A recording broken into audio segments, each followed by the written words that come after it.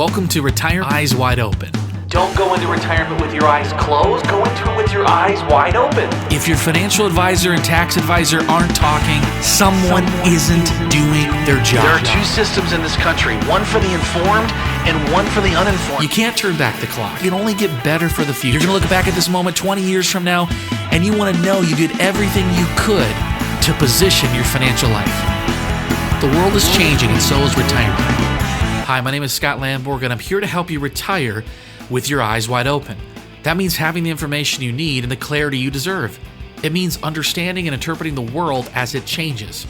It means knowing about investments, taxes, Social Security and estate planning, and how they're all connected.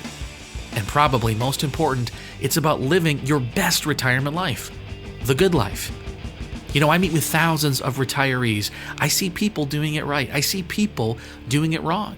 People that are happy, people that are depressed. I see people that are informed and people that are uninformed, and I'm going to show you how to retire with your eyes wide open. The strategies and concepts discussed are for educational purposes only and do not represent specific investment, tax, or estate planning advice. Investing carries an inherent element of risk, and it is in everyone's best interest to consult a tax, legal, or investment professional. Scot Landborg is an investment advisor representative of, and advisory services are offered through USA Financial Securities Corp., member FINRA, and SIPC, a registered investment advisor. Sterling Wealth Partners is not affiliated with USA Financial Securities. Welcome to episode 1 of Retire Eyes Wide Open. I'm your host, Scot Landborg. On today's episode, we're talking about what it means to retire with your eyes wide open. We're going to cover current news in the market segment called the Money Rundown. I'll tell you about the best thing I saw this week, and we'll walk through our Scot Strategy segment and listener questions all about Social Security and your retirement. But first, it's time for the Money Monologue.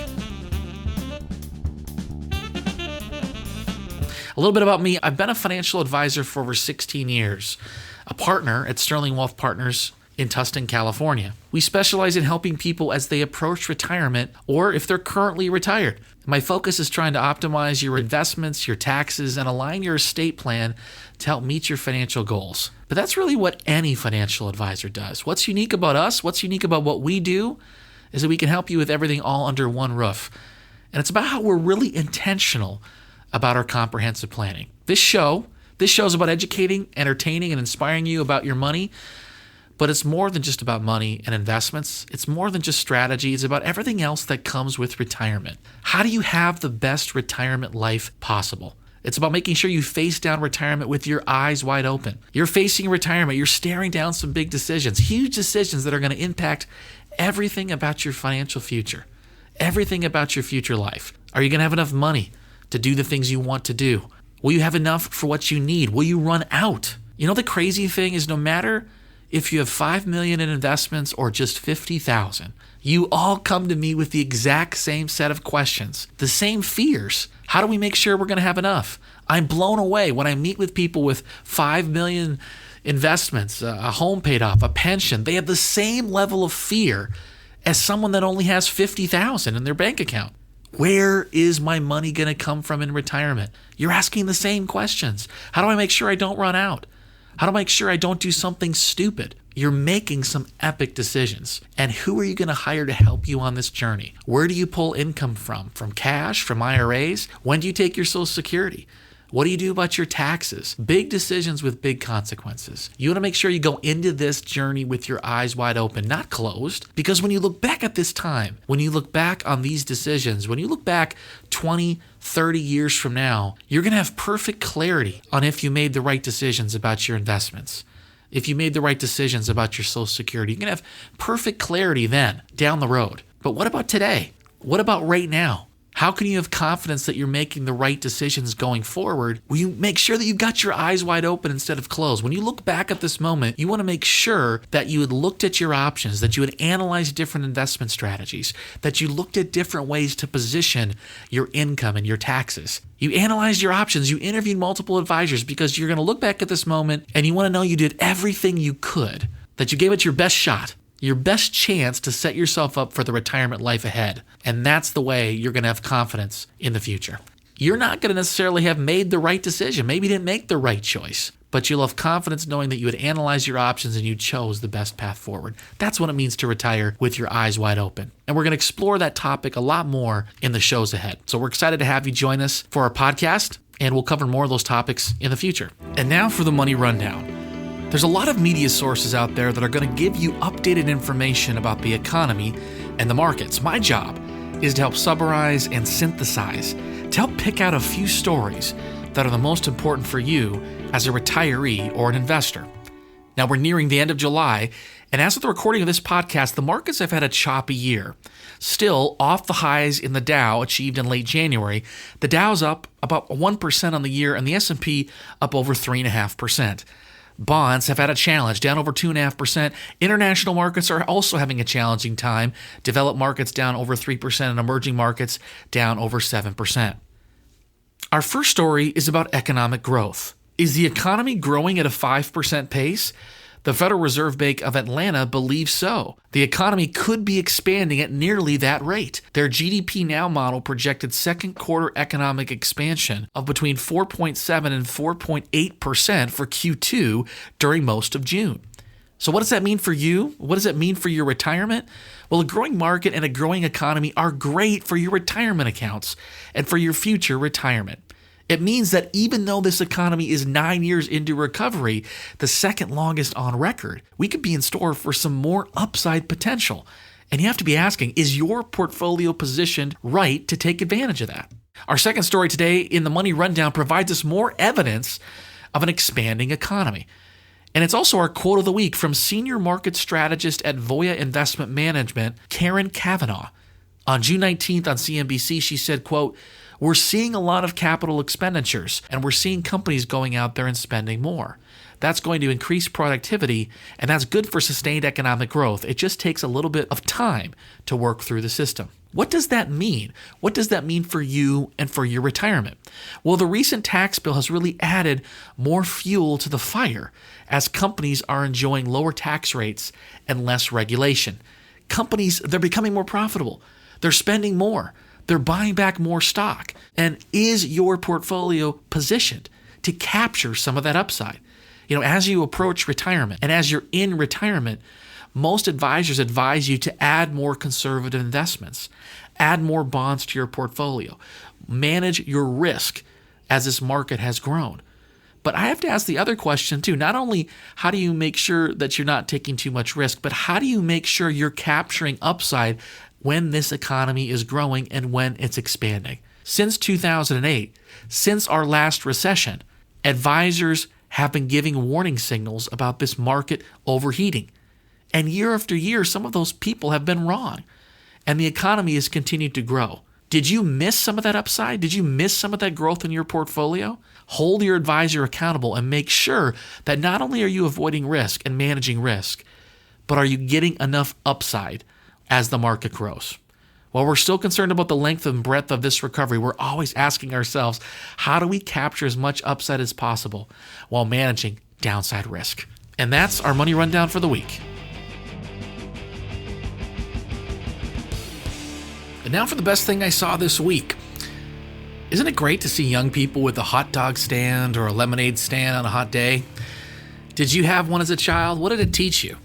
Teach you a little bit about money, about earning money, how difficult it can be to earn that money? Well, we've heard some different stories recently about kids and their food or drink stands, and sometimes they get reported.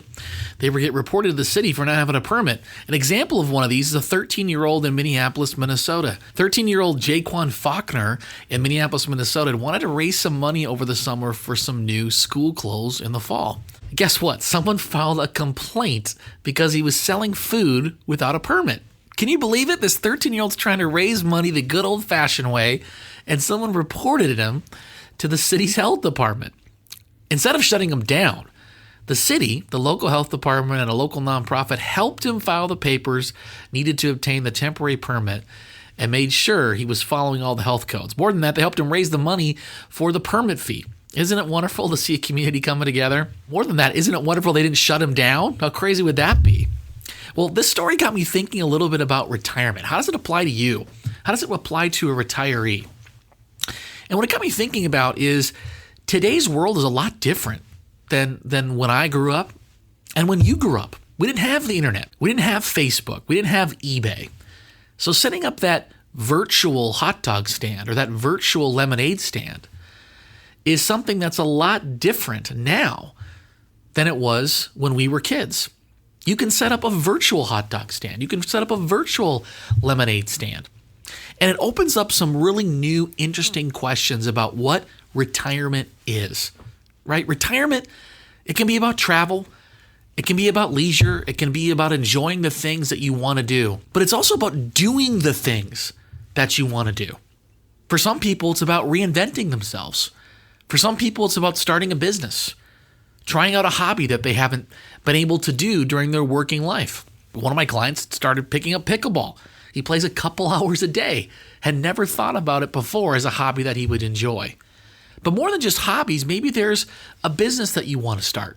Maybe there's a side job that you'd like, that you'd find enjoyable.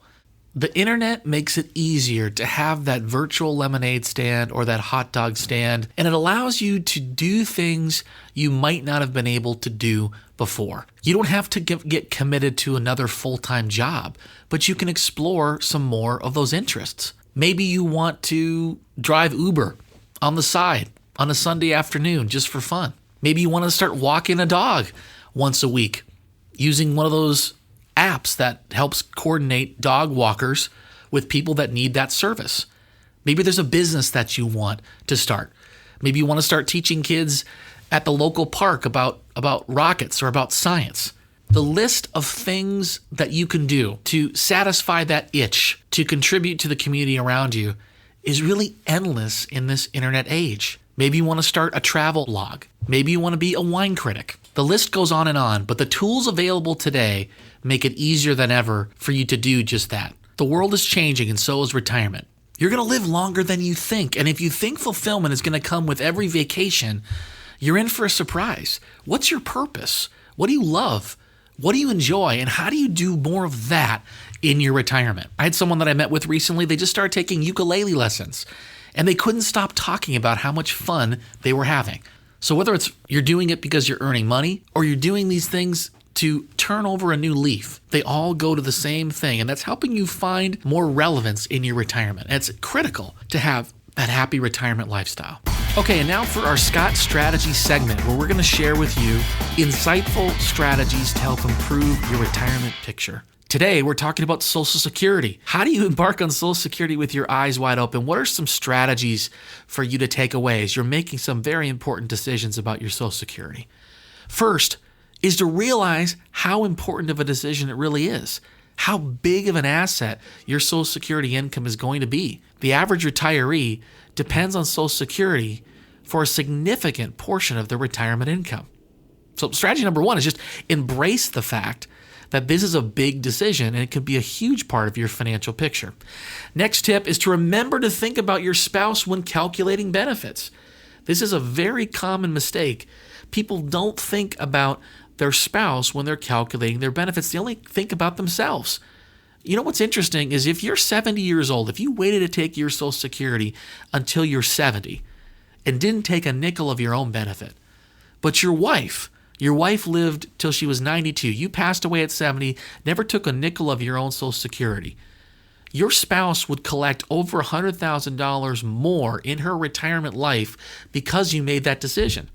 Now, you might not be happy because you passed at 70 not collecting 2 nickels, but your spouse is happy because they collected over $100,000 more than they would have by you taking your benefits early. Next, think about if one of you can wait. Can one of you wait to take your Social Security benefit? By waiting, that means you're going to get an increase every single year once you start turning on your benefits. Waiting is beneficial not just for you in your life, but it can also be beneficial for your spouse's life. Think about longevity. That's my next tip. Think about longevity. What if you live to 100? What if you live to 120? And these rules that we have in place now about Social Security can impact you for all of that time. You know, when they first set up the Social Security system, life expectancy was only in the 60s. Now we're in the 80s. Well, fast forward 20 years from now, what is life expectancy going to be? Your Social Security benefit is one of those few benefits that's going to offer you pay raises almost every year tied to inflation. And with a government, $17 trillion in federal debt, we're likely going to see inflation some point in the future. Social Security, under the current rules, could help you hedge that inflation as you get pay raises all of those years. And if you live to be 100 or you live to be 120, you may regret taking that Social Security earlier. Next, you need to think about how your benefits are being taxed. That really changes the game when you look at your Social Security benefits. You may want to wait longer until you're in a lower tax bracket. It's not what you make, it's what you keep. And that's a critical function when you're planning out your Social Security benefits.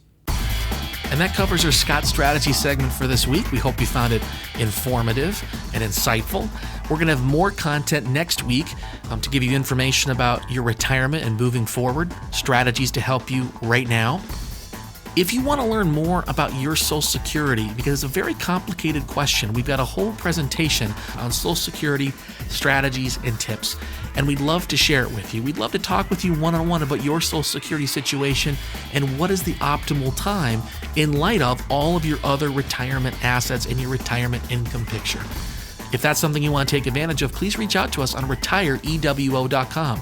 That's retireewo.com to set up a one-on-one discussion about your Social Security and how it fits into your retirement plan. And now for this week's listener questions segment. If you want your questions answered during the show, go to our website and click on our button to have your question answered on the air. We'd love to get your question addressed, so if that's something you want to do, visit our website.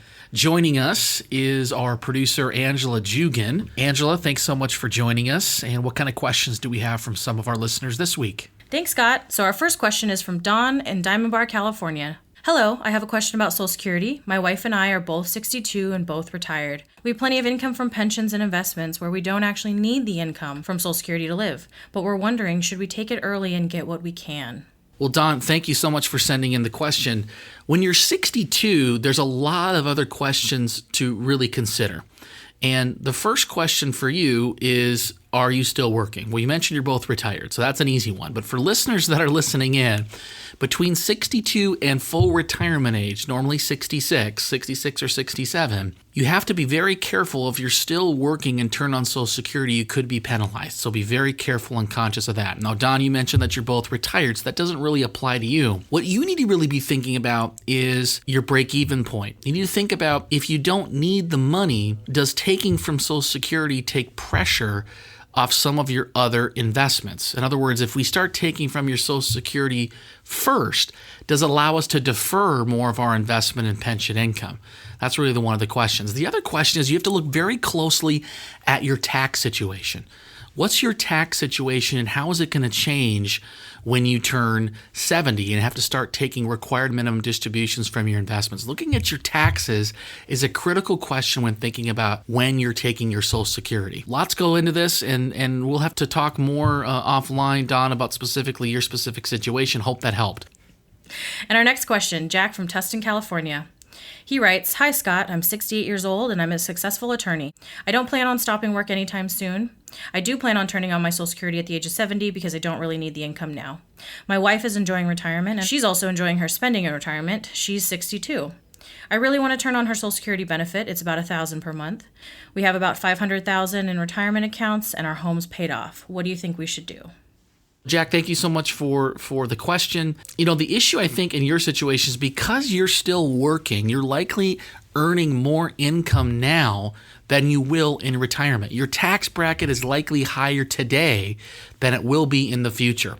So that's a very, very important consideration when you're looking at what you should do about your Social Security. What's your tax bracket? Because if you turn on that Social Security benefit and you're giving away 40% of it to Uncle Sam in the state of California, let's say that benefit's $10,000 a year, you're giving $4,000 away in taxes, it might not make sense because once you reach retirement, you don't have a huge amount of investment savings with $500,000. The good news is your home is paid off. Because your home is paid off, plus your Social Security benefit, you are going to be in a decent position. But one thing that I can tell by listening to your question is it seems that you'll likely be in a lower tax bracket in retirement. So for you to turn your Social Security benefit on now, you're going to stop getting those roll-ups in the benefit. And whatever income you do receive, almost half it's probably going to go to the government. So it might make sense for you to wait. We got to look very, very closely at that. It's not going to make sense for you to wait past 70. That doesn't make any sense at all. But for your wife, you're going to want to look very closely at that. The other thing that complicates that question is your wife is younger than you are, right? She's 6 years younger. So normally, what I would advise people in a situation like that is to look very closely. Is there a way for one person to wait and to defer? And that's obviously you. You're waiting till 70. So because of that, I would be more inclined to have her take hers early because of the age difference. Because what happens is when one of you pass away, that lower Social Security amount goes away. So you might as well take what you can. The challenge I have for you is your tax situation. And she's 62. Looking at your tax situation, I'm concerned if you're going to have enough income in retirement. If she can wait just a few more years and then you're done working, being in that lower tax bracket with the money you get from Social Security can make a huge difference. Again, would love to talk to you more one-on-one about your situation to give you some more specifics, but hopefully that helps. Thanks for joining us today on the show. Angela, thanks so much for joining us. If you got a question, again, hopefully this was helpful to our listeners. If you've got a question, send us an email at retireewo.com. That's retireeyeswideopen.com. You can also follow us on Facebook, subscribe to our podcast on iTunes. I want to thank all of you so much for listening. Stay tuned next week as I continue to discuss how to retire with your eyes wide open. Don't go into retirement with your eyes closed. Retire with your eyes wide open. I'm your host, Scot Landborg, and we'll see you next week.